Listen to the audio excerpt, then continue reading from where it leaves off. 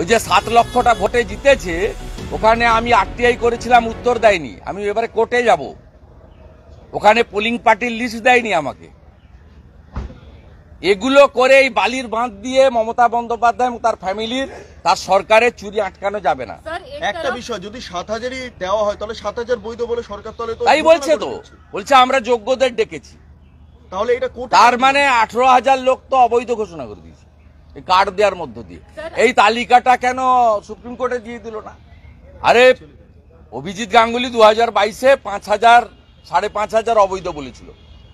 সেই দিন যদি দম্ভ উদ্ধত্ত না রেখে স্বীকার করতো, তাহলে আজকে এই 26,000-এর পরিণতি হতো না। হাম কিসি সে কম নেই।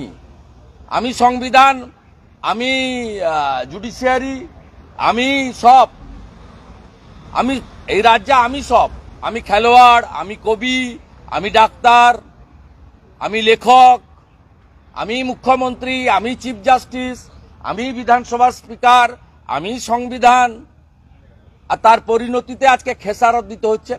22 সালে মাননীয় জাস্টিস, তদানীন্তন জাস্টিস অভিজিৎ গাঙ্গুলি যা বলেছিল না মেনে প্রায় 200 কোটি টাকা এক্সচেকার থেকে খরচ করেছে পশ্চিমবঙ্গের এই 5,000 5,500-কে অযোগ্যদের বাঁচানোর জন্য।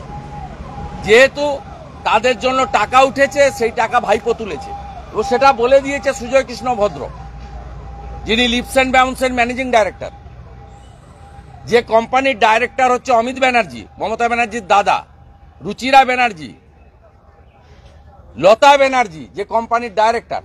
73 মিনিটের ভয়েস রেকর্ডে 73 বার অভিষেক ব্যানার্জি বলেছে। তো পরিষ্কার सर, सीएम अंदर मीटिंग कर रही है और बाहर सीएम नहीं, टीएमसी का लीडर।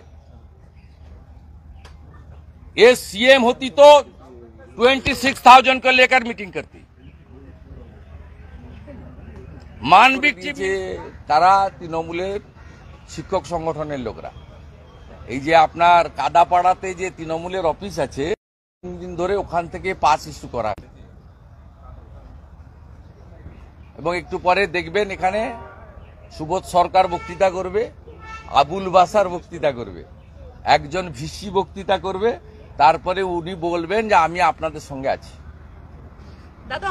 এই তালিকাটা সুপ্রিম কোর্টে দিয়ে দিলেই তো পারতেন যে 7,000, এই 7,000 বৈধ। অনেকে ঢুকতে পারেননি, অসুস্থ হয়ে পড়েছেন, অনেকে ঢুকতে পারেননি বলে অসুস্থ হয়ে পড়েছেন। অমানবিক সরকার, এই সরকার বর্বর সরকার। এই সরকার টাকা ছাড়া অন্য কিছু চেনে না, সেই কারণে এই ধরনের কাজ তারা করছে। প্রচুর আসন ফাঁকা। আরে ওরে 12-14 লোক ধরে 7,000 কার্ড দিয়েছে। কাদাপাড়ায় তৃণমূল অফিস থেকে কার্ড দেওয়া হয়েছে। স্বেচ্ছাসেবক বলে একটা বিশেষ পাশের ব্যবস্থা করা হয়েছে, তারা কেউ চাকরি হারানো। তারা সব কলকাতা পুলিশের সিভিল ড্রেসের লোক, যারা মমতা ব্যানার্জিকে রক্ষা করার জন্য এসছেন। কয়েক হাজার পুলিশই আছে। এরা কেউ প্রকৃত মেধাযুক্ত শিক্ষক, শিক্ষিকা, শিক্ষাকর্মী নন।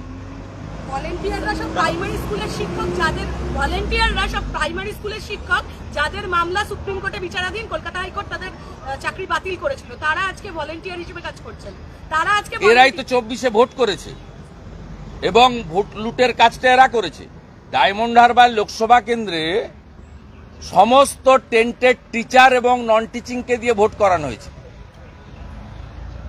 ওই যে 7 লক্ষটা ভোটে জিতেছে, ওখানে আমি